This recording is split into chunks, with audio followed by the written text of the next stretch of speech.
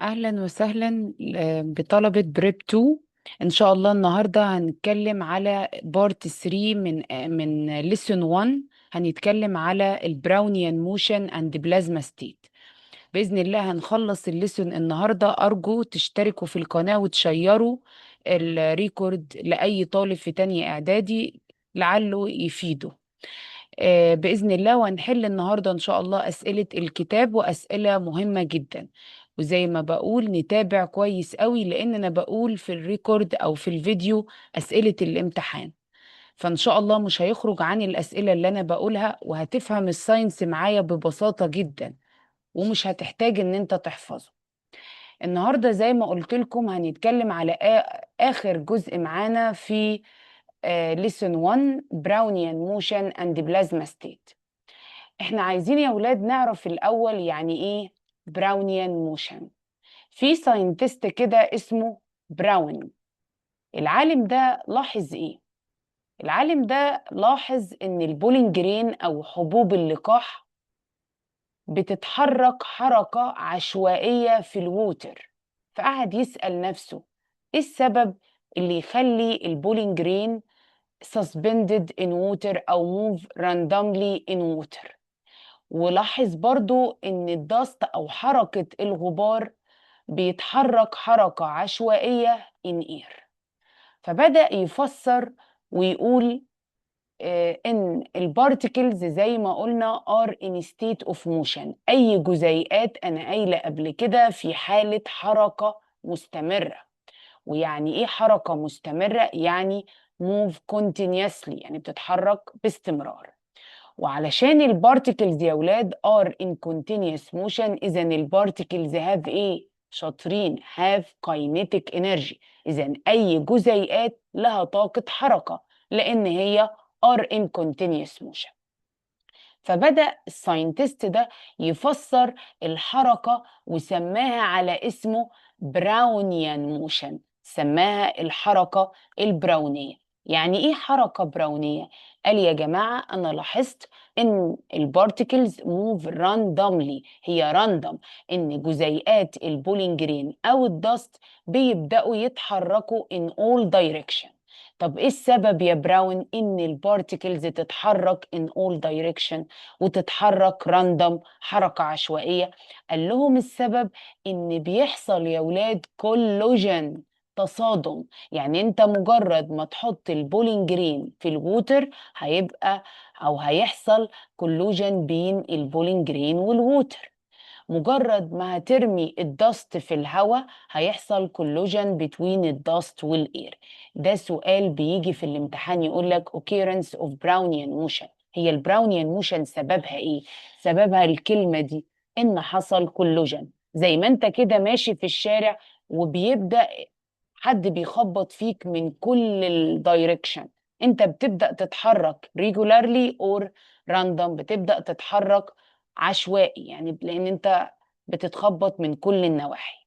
تمام. يبقى اللي نهمنا نعرف يعني ايه براونيان موشن. تعالوا نشوفها كده في الكتاب بيقول لي ايه. طبعا مين اللي اكتشفها؟ روبرت براون. قال لي براون discovered that bowling green suspended in water. لاحظ العالم ده ان حبوب اللقاح بتتحرك في المية وفي حالة continuous random motion، حركة عشوائية، سماها على اسمه براونيان موشن. ممكن هنا يقول لك ايه الاكزامبل اوف براونيان موشن؟ زي ايه البراونيان موشن؟ هنقول البولينج جرين في الووتر، او اقول الدست في الاير، الغبار في الهواء.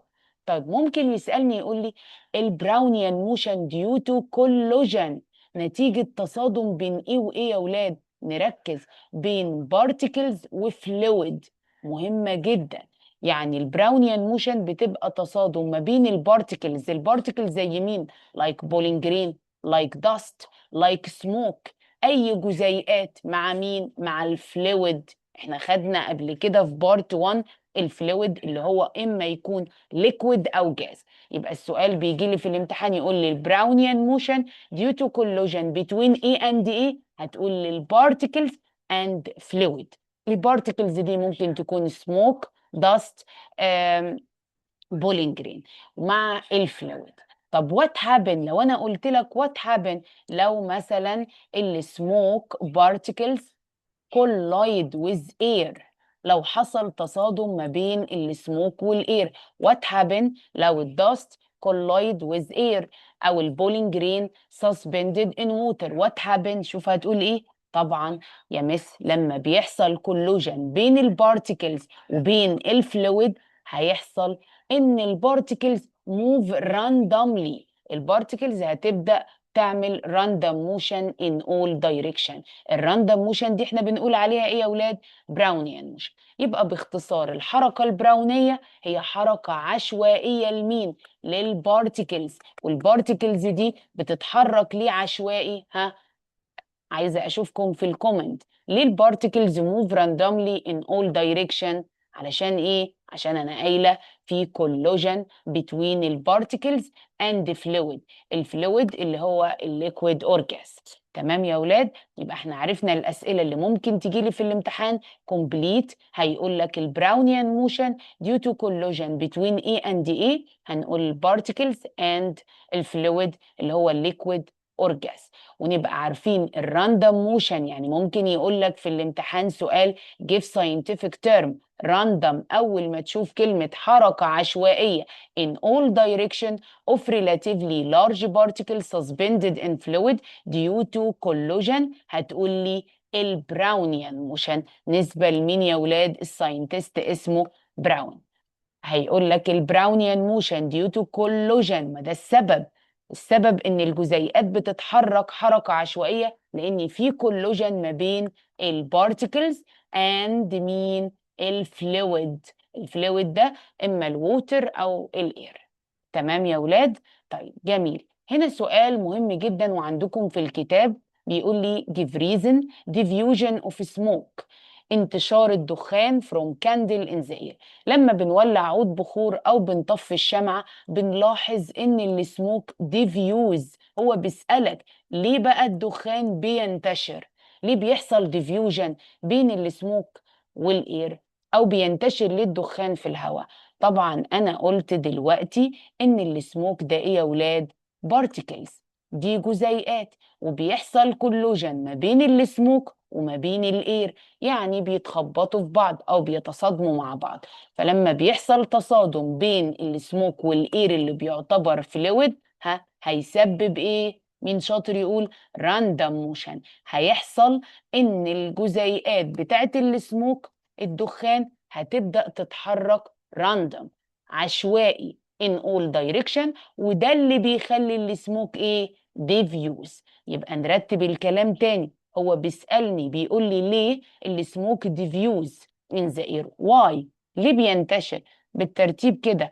انا دلوقتي حصل collision due to collision between السموك and الاير. لما حصل تصادم ما بين الدخان والهواء، التصادم ده خلى السموك موف راندوملي، خلى ان جزيئات الدخان تبدأ تتحرك حركة عشوائية في الاول دايركشن. والحركة العشوائية دي اكيد هيخلي السموك ديفيوز او سبريد، تبدأ تنتشر. يبقى بتنتشر ليه؟ علشان حصل collision between small particles and air so they move randomly in all direction cause to spread or diffuse. أتمنى تكون وضحت. أي سؤال مش عارفينه عايزة تفاعل كده يا جماعة في الكومنت، عايزاكم تعرفوني الجزئية اللي مش مفهومة أو أي سؤال عندكم. طيب آخر جزئية معانا في الليسن هنتكلم على البلازما ستيت. طيب احنا طبعا واحنا صغيرين اخدنا انا عندي 3 ستيت للماتر، عندي 3 حالات للمادة: سوليد وليكويد وجاز، مش كده؟ طيب دلوقتي العلماء قالوا لنا ان في حالة رابعة، في فورث ستيت اوف ماتر، ودي اسمها البلازما. طب ايه اللي يخليهم يا مس يضيفوا حالة رابعة للمادة او يقولوا ان البلازما هي الفورث ستيت اوف ماتر؟ ما لازم اسأل السؤال ده. احنا متعودين ان 3 حالات رئيسيين: سوليد ليكويد جاز. ليه ضافوا حالة البلازما؟ علشان يا ولاد أبدأ أضيف حالة جديدة لازم أعرف كويس قوي إن الحالة الجديدة دي أكيد بنيو بروبرتيز، خصائصها جديدة. يعني بتختلف في البيهيفير والبروبرتيز. يبقى طالما ضافوا لنا العلماء فورس ستيت اوف ماتر وقالوا ان هي البلازما، نعرف على طول ان الحاله دي جايه لنا بخصائص جديده وبيهيفير وسلوك جديد جدا، يعني خصائصها تختلف عن السوليد وعن الليكويد وعن الجاز. عشان لو سالت السؤال ده في الامتحان، انا مصنفه، عملت كلاسيفيكيشن للستيت اوف ماتر حسب البيهيفير والبروبرتيز بتاعتها. ما هو انا لو لقيت حاله جديده بخصائص جديده، اذا هبدا اضيفها. فعشان كده الفورث ستيت اوف ذا ماتر، الحاله الرابعه اللي هنتكلم عنها النهارده، هي حاله البلازما. طيب، في سؤال مهم جدا، هي البلازما دي بتختلف عن الجاز ستيت، عن الحالة الغازية؟ أيوة، في ناس بتتلخبط وبتقول إن البلازما دي ما هي حالة غازية، لا مش جاز. تعالوا كده نشوف يا أولاد قصة البلازما إيه.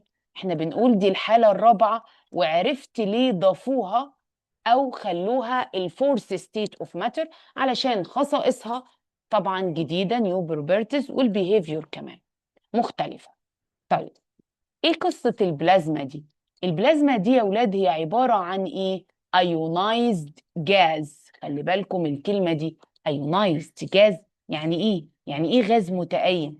يعني ببساطة هي مش جاز، ده جاز وانا أينته ايونايزد. يعني ايه ايونايزد؟ علشان يا ولاد أأين الغاز لازم أعرضه لحاجتين. لازم أعرضه لهاي تمبريتشر، يعني درجة حرارة عالية، ومش بقصد هنا درجة حرارة بسيطة، ده درجة حرارة ممكن توصل لمليون ديجري أو 1000 ديجري. عارفين درجة حرارة الشمس، الصن أو الستارز أو النيبولا؟ تمام.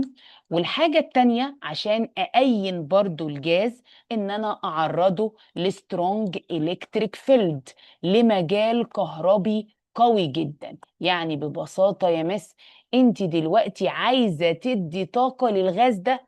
أيوة، عشان تأينيه أيونايزد. أيوة، يبقى معنى كلمة بلازما ستيت معناها أيونايزد جاز، يعني أنا الغاز ده هبدأ أعمل له ايونايزيشن، تأين. تأين يعني ايه؟ يعني exposed، ان انا هعرضه لهاي تمبريتشر، مليون اور 1000 ديجري، او هعرضه لسترونج الكتريك فيلد، لمجال كهربي قوي. يعني ببساطة الغاز ده هبدأ اديله طاقة، اشحنه بالطاقة. عرفتوا يعني ايه؟ عرفتوا ازاي اعمل ايونايزيشن للجاز؟ باي اكسبوزد. ممكن تيجي لك كومبليت، يعني ممكن يقول لك when gas ionized by exposing to، هتقول لي high temperature or strong electric field. طب جميل يا مس، انا دلوقتي هأينه، يعني هعرضه لحرارة وكهرباء عالية عشان اديله طاقة. طب وبعدين يعني ايه يتأين بقى؟ يحصل له ايه بعد كده؟ الجاز هيتكسر. انت أينته، اديت له طاقة، يعني كده انت بتكسر الجاز، يعني بتحوله لايه؟ لبوزيتيف تشارجد ايون. الجاز هيتكسر، الجاز ده ذرة كانت نيوترال، خلي بالك هو كان الاول متعادل ساكن كده لوحده، انت دلوقتي اديته طاقة، حفزته اكزايتد ايونايزد. طب اديته طاقة هيحصل له ايه؟ هيبدأ الغاز ده يتكسر ويتحول لبوزيتيف تشارجد ايون ونيجاتيف فري الكترون، وكمان هيدينا الكترونات حر. اشبهها لكم زي يا اولاد، انا ساكنه في بيت ولا قدر الله حصل حريقه. لما بيحصل حريقه في البيت، ايه اول حاجه بيبدا الناس تعملها؟ الناس تبدا تهرب، تبدا تخرج من البيت. اهو الجاز ده انا سخنته درجه حراره عاليه، حصل له حريقه. طب ما الجاز ده اتوم، دي ذره، والذره بتتكون من بوزيتيف ايونز وفري الكترونز والكترونات زي ما خدنا السنه اللي فاتت. طب انت سخنته، حصل فيه حريقه، هيبدا الناس تطفش من الالكترونز، الناس هتبدا تخرج من الحريقه بقى، تطلع بره. فهمنا ازاي؟ يبقى انا دلوقتي الجاز انا عملت له ايونايز، اينته يعني عرضته لهاي تمبريتشر والكتريك فيلد. هيبدأ يحصل له ايه؟ خلي بالك ده سؤال امتحان. when gas ionized it change into، ها، اكتبوا كده في الكومنت، لما انا باين الجاز بيتحول لايه، هتقول لي بوزيتيف تشارجد ايون اند نيجاتيف فري الكترون، هيتحول لبوزيتيف ايون وفري الكترون والكترونات حره. شايفين الالكترونات طفشت لان الجاز اتأين، عرضته لحراره عاليه. طيب خلي بالك بقى ان طالما عندي فري الكترون، طالما الالكترونات خرجت وبقت حره، اذا انت عندك البلازما بتتميز هاي كوندكتيفيتي. يعني ايه هاي كوندكتيفيتي؟ يعني جود كوندكتور اوف الكتريسيتي. علشان تفهم الجزء ده، ان البلازما بتتميز انها جيدة التوصيل للكهرباء. الجزء ده مش قايل لك ليه في الكتاب، بس انت تبقى فاهم لو قال لك ليه البلازما هاي كوندكتيفيتي او جود كوندكتور اوف الكتريسيتي. خاصية البلازما جيدة للتوصيل للكهرباء بسبب يا ولاد ان الالكترونز بتاعتها فري. انتوا عارفين يعني ايه كهرباء؟ هتاخدوها بعد كده. الكهرباء معناها flowing electron في الواير، حركة الإلكترونات في السلك، تدفق الإلكترونات في السلك. كل ما الإلكترون يا ولاد يكون فري حر، كل ما الكهرباء هتبقى موجودة، كل ما كانت البلازما هاي كوندكتيفيتي. يبقى البلازما تبقى فاهم ليه بقول عليها هاي كوندكتيفيتي due to presence of free negative electron. تعالوا كده نقول الأسئلة. يبقى الفورس ستيت أبقى عارفة الحالة الرابعة للمادة هي البلازما. ده سؤال. تمام. وعرفت ليه، فهمت ليه ضافوها، علشان البروبرتيز والبيهيفير بتاعها ديفرنت، مختلف عن السوليد والليكويد والجاز. البلازما باختصار ايونايزد جاز. وهنا سؤال مهم جدا، الجاز ايونايزد يعني انا لو اينت الجاز اأينه it change into. اول ما بأين الجاز، او يقول لك what happen لو الجاز pass through electric field. what happen لو الجاز exposed to high temperature million of degree. لو انا عرضت الجاز لدرجة حرارة عالية، ها يا ولاد it change into، سؤال امتحان وعندكم في التقييم، it change into positive charged ion and negative free electron. تمام يا ولاد، اللي هيجي لك كومبليت، اللي هيجي لك وات هابن. الجزئيه دي فيها سؤال مهم جدا. يبقى البلازما هي ايونايزد جاز. ويعني ايه الجاز يتأين؟ يعني زي ما شبهت لكم البيت بيتحرق، انا بسخن الجاز، انا بشحن الجاز بطاقه، وبالتالي هيبدأ يتكسر. واتكسر يعني ما عادش نيوترال، ما عادش متعادل، لا هيتحول لبوزيتيف تشارجد ايون اند نيجاتيف فري الكترون. وطالما الالكترونات يا مس بقت فري، اذا البلازما كاركترايزد باي هاي كوندكتيفيتي، يعني جيدة التوصيل للكهرباء، يعني good conductor of electricity. why؟ هتقول لي due to presence of negative electron نيجاتيف فري الكترون. انا قلت لك الاسئله وفهمتك الاسئله دي امتحان ومهم. طيب البلازما موجوده فين؟ هو البلازما دي انا بستفيد بيها، انا بدرسها ليه؟ ما هو لازم اربط لك الحاجات اللي انت بتدرسها بالواقع بتاعك. انت عارف البلازما دي موجوده في حياتك وانت مش واخد بالك. البلازما تي في سكرين، شاشات التلفزيون اللي بخاصيه البلازما. عندك موجودة كمان في الفلوريسنت، في مصابيح النيون. عندك كمان البلازما الاوتر سبيس، الفضاء الخارجي 99% بلازما، 99 منه بلازما، 99% في البلازما موجودة في الفضاء الخارجي، موجودة في الصن، موجودة في الستار. أبقى عارفة ده سؤال كومبليت. في الصن، في الستار، في النيبولا. النيبولا ده جسيم موجود في الفضاء، سودين. موجودة كمان في اللايتنينج، في البرق، مهمة. موجودة في ظاهرة اسمها الأورورا فينومينا، ظاهرة الشفق اللي ذكرت في القرآن. يبقى البلازما دي يا أولاد موجودة في حاجات كتير جدا. طب موجودة في الصن إزاي؟ مش إحنا قبل كده قايلين إن الستارز، النجوم دي عبارة عن إيه؟ عبارة عن جازس، سوبر هوت جازس، لو فاكرين عبارة عن غازات متوهجة، يعني غازات أنا مسخناها لدرجة حرارة مليون ديجري.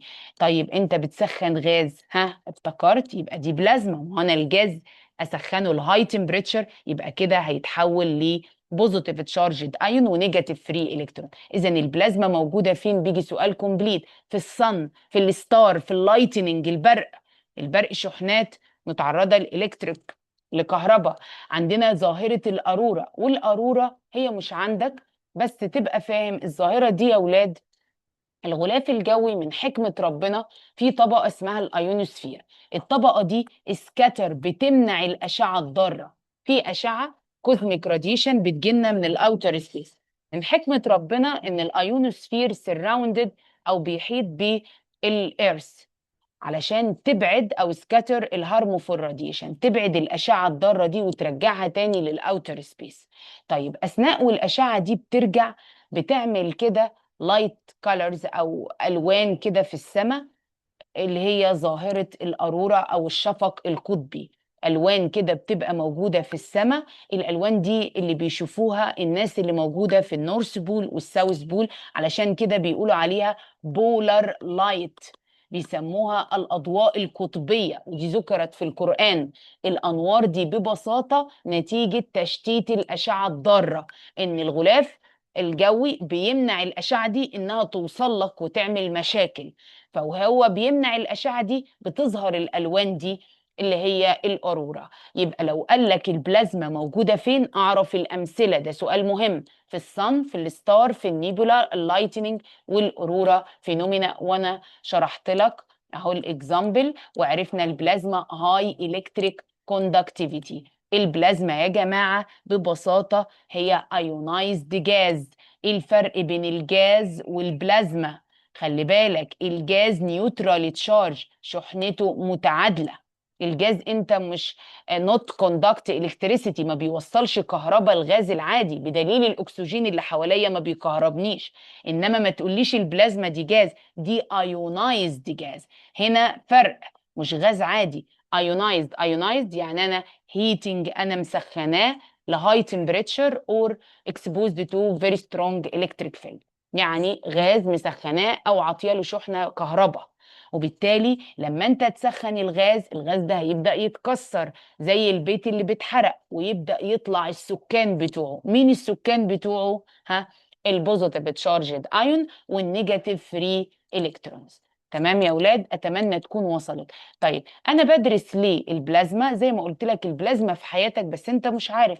في النيون، مصابيح النيون او الفلوريسنت، في البلازما تي في سكرين، شاشات البلازما. وعندنا الابليكيشن المهم جدا اللي كلنا بنسمع في الاعلانات ومش فاهمين، يقول لك اشتري بلازما اير كونديشنر، تكييف بخاصية البلازما. سمعنا الإعلان ده بس مش فاهم يعني إيه تكييف بخاصية البلازما. شفتوا البلازما في حياتك إزاي ومهمة وإنت مش واخد بالك؟ دايما يقول لك البلازما اير كونديشنر او البلازما ستيت بيستخدموها في تكييفات الهواء، في المكيف اللي بتحطه في الغرفة. ليه يا ولاد؟ انتوا عارفين يعني ايه تكييف بخاصية البلازما؟ يعني ايه؟ انت قاعد دلوقتي في الغرفة بتاعتك، والغرفة فيها اير. التكييف بخاصية البلازما مش بس بيخلي الهواء كولر اند فريش، يعني مش بس بيديك هواء بارد، لا ده كمان بيوريفاي الاير، ميك اير كلين، يعني بيخلي الهواء نظيف. يعني شفتوا حاجتين مع بعض، هو بيديك هواء بارد وكمان الهواء بينضفه لك. معنى بلازما عشان ما عدتش تسمع الاعلان وتسأل. البلازما يعني improve air quality. هنا سؤال جبريزن مهم، يقول لك البلازما ستيت از يوزد ان اير كونديشنر. واي؟ ليه بنزود التكييف بخاصيه البلازما؟ to improve الاير كواليتي in enclosed spaces، او to make air clean، to make air pure، علشان اخلي الهواء نظيف. معنى بلازما ان هو بينظف لي الهواء. طب ازاي يا مس بينظف الهواء؟ ما هو معروف يا اولاد، الاير اللي حواليك ده بوليوتنت، فيه ملوثات، نتيجة طبعا الاندستريال اكتيفيتي، الأنشطة الصناعية، البيرنينج، الحرق اللي كلنا بنحرقه، الحاجات دي كلها. معروف ان الهواء فيه بوليوتنت، ملوثات، فيه جيرمز، فيه بكتيريا، فيه فيروس. طب وبعدين احنا عايزين ننظفه. هيبدأ الهواء ده اعرضه لسترونج الكتريك فيلد، هبدأ اعرضه لمجال كهربي قوي. ليه يا مس؟ عشان ايونايزد، مش احنا قلنا عشان نأين الهواء، عشان نشحن الهواء بالطاقة لازم اعرضه لإلكتريك فيلد اللي هو التكييف. فالهواء اللي في الغرفة، انت حاطط التكييف اهو، والهواء اللي في الغرفة زي ما شايف في الصورة في بوليوتنت، في جيرمز، في بكتيريا. فهيبدأ الاير ده يمر على ايه؟ سترونج الكتريك فيلد، مجال كهربي قوي. طيب وات هابن، شوف السؤال بقى يقول لك وات هابن لو الاير باس ثرو سترونج الكتريك فيلد؟ ها، ات ايونايزد. ايوه يا مس انت قايلان لما مرروا الكهرباء القويه او امرروا الحراره عاليه ات ايونايزد. ايونايزد يعني هيبدا يتأين. يتأين يعني ايه؟ ها، يعني السكان بتاعه يطلعوا، هيطفشوا، حراره عاليه، كهرباء عاليه، يعني اتشينج انتو بوزيتيف تشارجد ايون. ده سؤال امتحان. ونيجاتيف فري الكترون. هيتأين يعني هيتحول لبوزيتيف تشارجد ايون، والنيجاتيف فري الكترون السكان اهو طلعوا. تمام، يبقى اول حاجه الاير اللي مليان بوليوتنت همرره لسترونج الكتريك فيلد، فهيبدا ايونايز يتأين، يتشينج انتو نقط اند نقط بتيجي في الامتحان، بوزيتيف تشارجد ايون ونيجاتيف فري الكترون. نكتبها يا جماعه، مش نكتب الكترون كده، لا نكتب نيجاتيف فري الكترون، انا بختصر. طيب وبعدين، طب فين اللي هينضفوا بقى؟ انتوا عارفين البوزيتيف تشارجد ايون دي رخمه، هتبدا تمسك البليوتنت وتكسرها، بريك داون. البوزيتيف تشارجد ايون دي بقى هتبدا بريك داون، تكسر البليوتنت والجيرمز والبكتيريا، تكسرهم. وبعد كده الالكتريك فيلد ده هيبدا يسحبهم، هيبدا يسحب البليوتنت ويزودك. شايفين الهواء اللي بيطلع من التكييف؟ بيوريفايد اير ميك اير كلين. يبقى باختصار خالص هرسمها لكم في شكل رسمه. الاير الاول كان بوليوتنت، كان ملوث، في جيرمز وبكتيريا وفيروس. هيبدا exposed to strong electric field. واتفقت هنا سؤال what happened لو الاير باس ثرو سترونج الكتريك فيلد؟ هتقول لي ات تشينج، هيتحول لبوزيتيف تشارجد ايونز ونيجاتيف فري الكترونز. مش كده؟ بعد كده البوزيتيف ايون دي بريك داون نقط بتيجي كومبليت. طب البوزيتيف ايون دي تبدا تكسر مين؟ ها، البوليوتنت، الملوثات والجيرمز والبكتيريا، وتزودك بقى ميك بيوريفايد اير او ميك اير كلين. يجي لي هنا سؤال كومبليت زي ما قلت، يجي لي جيف ريزن. عرفت ليه خاصيه البلازما بيحطوها في الاير كونديشنر؟ تو امبروف اير كواليتي. وعرفنا البلازما يا اولاد موجوده في الاوتر سبيس، اغلبه بلازما زي الصن، الستار، النيبولا، اللايتنينج، قلنا الاورورا فينومينا. تمام يا ولاد اهوت. بيقول لك ممكن على فكره يجي يقول لك المين ايديا، ممكن يقول لك قول المين ايديا، الفكره الرئيسيه للبلازما اير كونديشنر. انا عايزاك تكتب اللي انت فاهمه، ما تحفظش تيبيكال، هي مش حفظ. انت هتقول لي when الجاز باس ثرو سترونج الكتريك فيلد it change into positive charged ion مهمه complete and free negative electron. قال لك ايه اللي تشارجد ايونز؟ الايونات دي بقى بتبدا بريك داون، تكسر البوليوتنت والجيرمز والفيروس، وبالتالي الالكتريك فيلد بعد كده اتراكت، يسحب بقى المجال الكهربي ده، يسحب الدست، ميك ذا اير مور بيور، يخلي الهواء ده الفايده اهميته. لو قال لك البلازما اير كونديشنر هتقول لي ميك اير بيور او امبروف الاير كواليتي. يبقى السؤال يجي يقول لك جيف ريزن، يقول لك المين ايديا، يجي لك كومبليت. يا جماعة الأسئلة بتعتمد على الفهم. تعالوا كده ناخد نكمل باقي الأسئلة كتاب المعاصر، وإن شاء الله نحل أسئلة برضو الكتاب. هنا سؤال بيقول لي when comparing water molecule to oxygen molecule. water molecule، أنا لما أقارن الووتر بالأكسجين أسأل نفسي الووتر ده ليكويد والأكسجين جاز، يبقى الووتر أكيد الحركة بتاعتها بالنسبة للجاز أنا قايلة slower، أبطأ. تمام، الجاز بتنتشر بسرعة، يبقى slower و further apart from each other. يعني البارتيكل طبعا مش closer، هي مش solid، لا الليكويد البارتيكلز بتبقى شوية ايه يا ولاد؟ further، أبعد شوية. طيب نمبر 9 when gas are ionized into positively charged ion. أول ما يقول لي ionized gas يبقى على طول بيقول لي the matter في حالة إيه؟ أكيد البلازما، في حالة البلازما طالما البلازما ionized gas. طيب نبص على الصورة from the opposite figure what is the physical state of substance.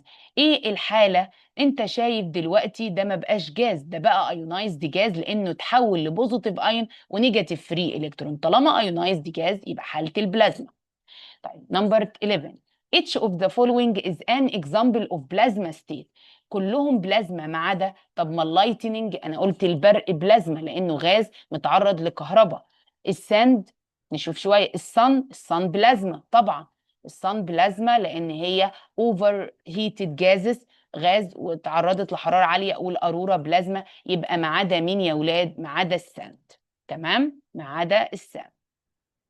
طيب نمبر 12 the matter used in indoor air conditioning system. طبعا المادة أنا لسه قايلة اللي بستخدمها في التكييف to purify air هتبقى إيه؟ البلازما ستيت. نكمل أسئلة الكتاب معانا. the scientist بيقول لك مين الساينتست discovered the random motion of particles. طبعا اسمه براون. انما الحركه يا جماعه اسمها اهو which became known، الحركه اسمها براونيان، الحركه نفسها اسمها براونيان موشن، انما الساينتست براون. نمبر 8 براونيان موشن occurs as a result of collision. طبعا انا قلت السؤال ده مهم، بيجي give reason وكومبليت. البراونيان موشن نتيجه الكولوجن ما بين ايه؟ الريلاتيفلي لارج بارتيكلز، الجزيئات لايك داست بولينج جرين، والفلويد اللي هو ليكويد اور جاز. طيب نمبر 9 when gases pass through high electric field. انا لو مررت الجاز لكهرباء عاليه زير اتوم مهم جدا طبعا هيتكسر لايه؟ لبوزيتيف تشارجد ايون ونيجاتيف فري ايه؟ الكترون. تمام. نمبر 10 ذا بلازما ستيت اهو بيقول لك البلازما is found موجوده فين؟ موجوده فين البلازما؟ في الستار، عايز تقول الصن، في الاورورا، في النيبولا، في اللايتن. كل الاكزامبل تتحفظ عشان لو قال لك ما عدا ما انت تذاكر كل الاكزامبل. نمبر 11 بيقول لي in air conditioning system charged gas ion act to بتعمل ايه؟ انا قايله للتشارجد ايون بريك داون، بتكسر الهارمفول اير بوليوتنت الملوثات، ميك ذا اير ايه؟ ها كلين. عايز تقول كلين صح، عايز تقول بيور. الاسئله بتعتمد على الفهم.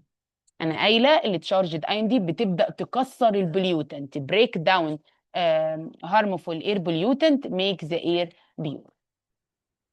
طيب نكمل.